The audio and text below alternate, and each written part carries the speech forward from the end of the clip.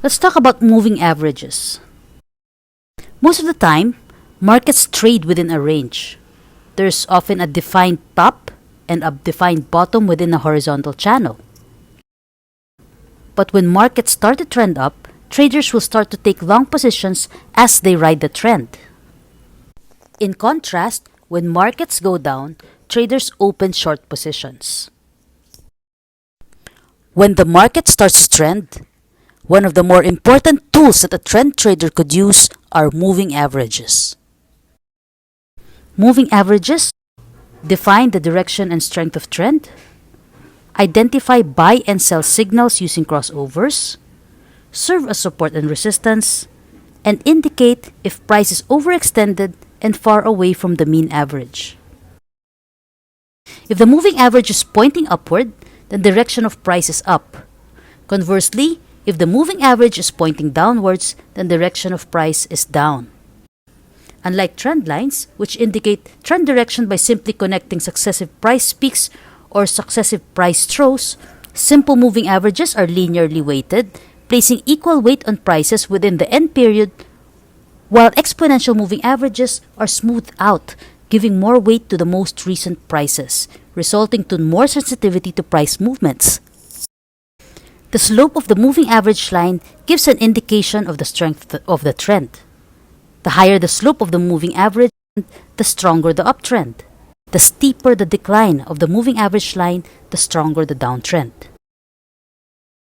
Moving averages are also used as support and resistance within a trend.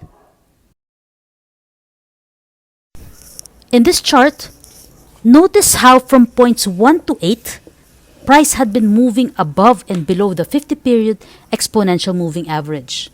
If you entered a long position at point 1 and then used the 50-period EMA as your support line and stop loss point, you may have been stopped out of your position at points 4, 6, and 8 because price went below the 50 EMA.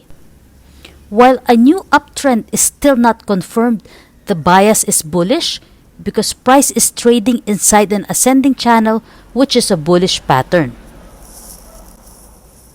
Price gained strong upward momentum when price broke above the channel resistance line of the ascending channel. At the same time, the 50 EMA had sloped up as price made higher highs and higher lows. The price created a steeper channel with stronger price momentum. The bulls are clearly in control. Another breakout above the new channel resistance line happened at point 17. The channel resistance line became the new channel support line.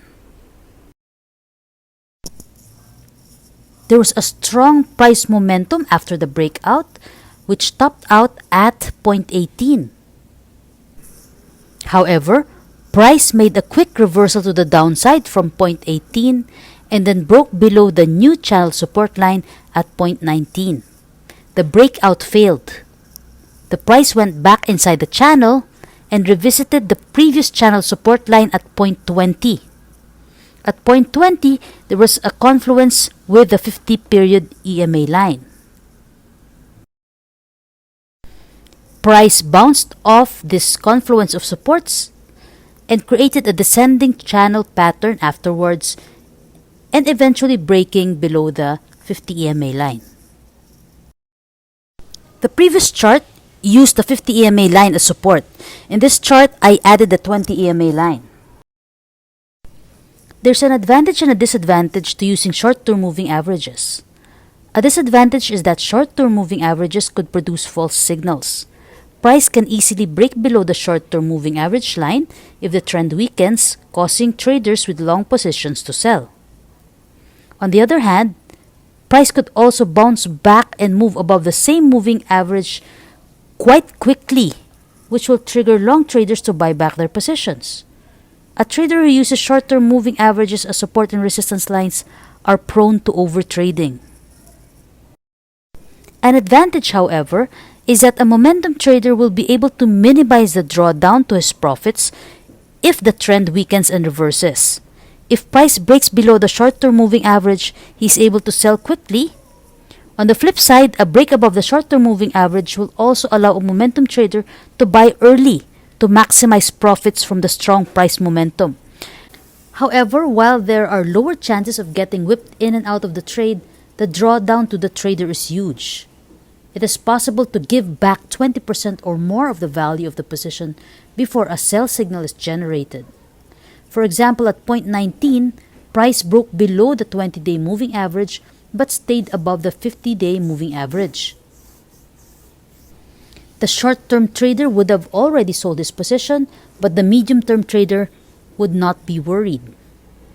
By the time the price had broken below the 50-day moving average, at point 20, which is the medium-term trader's trigger to sell, he or she would have already lost a large chunk of the profits. Both the short-term and medium-term trader would have bought back their positions on the break above both the 20 and 50 period moving averages that peaked at point 21. However, the lower high at point 21 should signal them both that the move was simply a bounce and not a resumption of the trend. Now let's add the 200-day moving average to the same chart. We see how price manages to use the 200-day moving average as long-term support line even as price broke below the short-term moving averages. This is a good area for long-term position traders to add to their positions. Bounce traders or swing traders could also buy at this support line for a possible bounce towards the 20 and 50-day moving averages, which now serve as resistance areas. If price is able to bounce above this long-term support line, then the long-term uptrend is still valid. Moving averages identify the area of value. What is the price area that is respected by the market as support? In a strong trend, price tends to use the 20-day moving average as its support, and the price pullback is shallow. In a moderate trend, the 50-day moving average is the support. In a weak trend, the price will tend to revisit the 200-day moving average as support. Longer-term moving averages serve a stronger resistance line than short-term moving averages. Therefore, it is much harder for price to break above a 200 EMA line than it is to break above a 10 EMA line in a downtrend. This chart shows that price broke below the 20 and 50-day moving averages at point 1, giving short-term and medium-term traders a sell signal. Price eventually broke below the 200-day moving averages, which is a signal for traders to short the market. At point 2, the 200-period moving average and the 20-period moving average served as resistance at the same point. This is a good short trade entry. As price trended downward, there were small bounces at points 3, 4, and 5. The bounces were weak, that the price could not break above the 20, 50, and 200 EMA lines, which were now resistance. Price made a strong downward rally to point 6.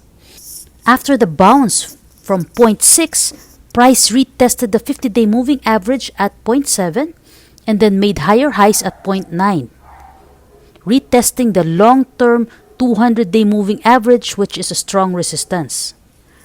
Price successfully broke above the 20, 50, and 200-day moving averages at point 10, reversing the trend. However, this was to be a false signal. Price broke below the 20-day and 50-day moving averages in points 12 and 13, and eventually the 200-day moving average became the resistance at point 14. We can also draw channels to our chart to see confluences between the moving average lines and the channel lines. In a downtrend, the main trend line is the channel resistance line. Therefore, a break above this main trend line is a trend reversal signal. In this chart, we find that price broke below the channel support line, while price was trending below the moving averages and made a low at point 6. There was extreme bearishness. Counter traders, however, would try to find an entry as they expect a strong rebound due to the oversold condition caused by the extreme sell down. That point at number 6 became the first point in an ascending channel. The confirmation of this new pattern was the channel breakout after price retested the channel resistance lines at point 9 and pulled back. Eventually, price also broke above the 50-period EMA at point 10. However, the ascending channel also failed when price went below the channel support line of the ascending channel and the EMA 50 at the same time at point 13. Adding channel lines to a price chart along with moving averages allows you to find confluences of support and resistance that will help guide you in making higher probability trades. Moving averages can be used as buy and sell signals. So in the single crossover method, you use one moving average line and the price bar. If the price bar crosses from below the moving average to above the moving average, it tells you that an uptrend is about to start. If the price bar crosses below the moving average line, a bearish crossover happens, which tells you that a downtrend is about to start. So if you use a shorter term moving average, for example, the MA20 in a single crossover method, you might be able to get your signals faster, but they're less reliable than if you use higher term moving averages such as the 50 or the 200-day MA. For this reason, some people use the double crossover method instead. When you combine the short-term and the long-term moving averages, you're able to capitalize on the flexibility of the short-term moving average and the smoothness of the longer-term moving average. So a bullish double crossover happens when a short-term moving average crosses above a long-term moving average. A bearish double crossover happens when the short-term moving average crosses below the long-term moving average. In this chart, we see that the price broke above the 20-day moving average. However, it turned out to be a false signal because after that breakout, price made lower lows and lower highs. So the uptrend did not follow through. However, double crossovers could also fail. This is the reason why other people or other traders would prefer to use a triple crossover method. In the triple crossover method, you use three moving average lines. For example, the 20, the 50, and the 200-day moving averages. If the shorter term 20 and 50 are above the 200-day moving average and the 20-day moving average is above both the 50 and 200-day moving averages, then we have a bullish triple crossover. In a bearish triple crossover, the shorter term and the medium term moving averages are below the long term moving averages. So in this case, the 20 and 50 are below the 200-day. In this chart, you will find that after price had made a break above the 20 and 50 MA line, and also there was also a bullish double crossover, price stalled under the 200-day moving average. After it broke above the 200-day moving average, the price was able to make a very strong move upward. Because a break above the 200-day moving average is a very reliable signal for a change in trend from a downtrend to an uptrend. So once a triple crossover happens, just ride the trend and use the shorter term moving average as your initial support line, and then the medium term and then the long term moving averages. Of course, you have to set your stops or trail your stops. Sometimes moving averages intermingle so that they appear converged with each other because of low volatility. Sometimes traders may see this as a start of a downward consolidation, while others will see this as a pause within an uptrend. Nevertheless, it's important to set your trail stops and to manage the risks. Remember, even if the shorter term moving averages are above the longer term moving averages, the price has to be above the short term moving average as well. Otherwise, it will result in a sideways movement in which you have to wait for quite a while before price continues to make a trend. So you'll be stuck in a sideways movement for quite a while if the moving averages are not in the proper positions. This is a bearish triple crossover, which is a sell signal because it marks the beginning of a bearish trend. Of course, you can select what other moving average lines you will use in finding crossovers.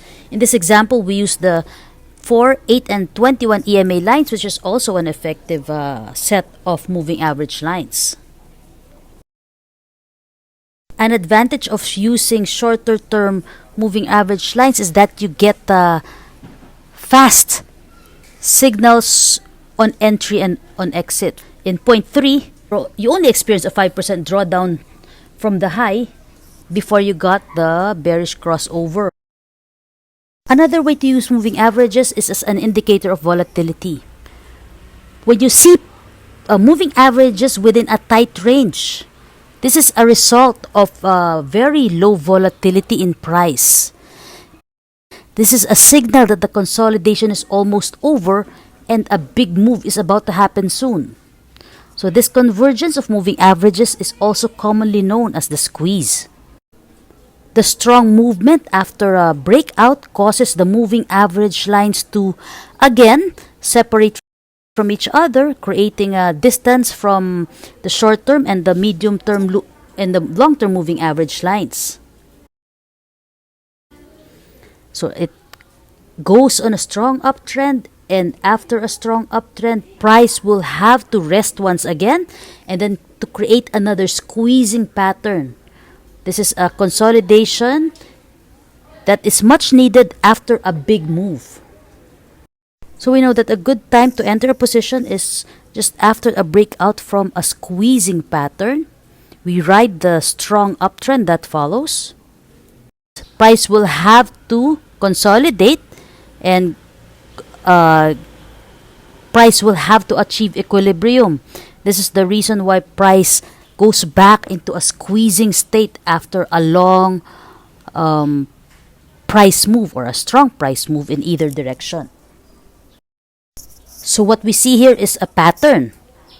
Moving averages squeeze, and then they separate, and then they squeeze once again, and they separate in between breakouts and consolidations.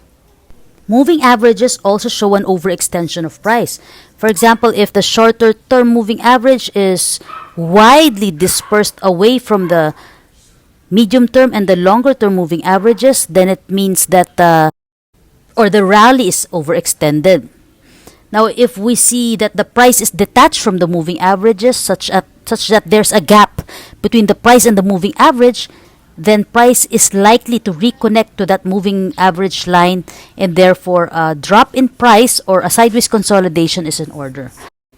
You can use the 5 or the 10 EMA as your trading stop. You exit the position when price breaks below that in order to protect your profits. What did we learn about moving averages?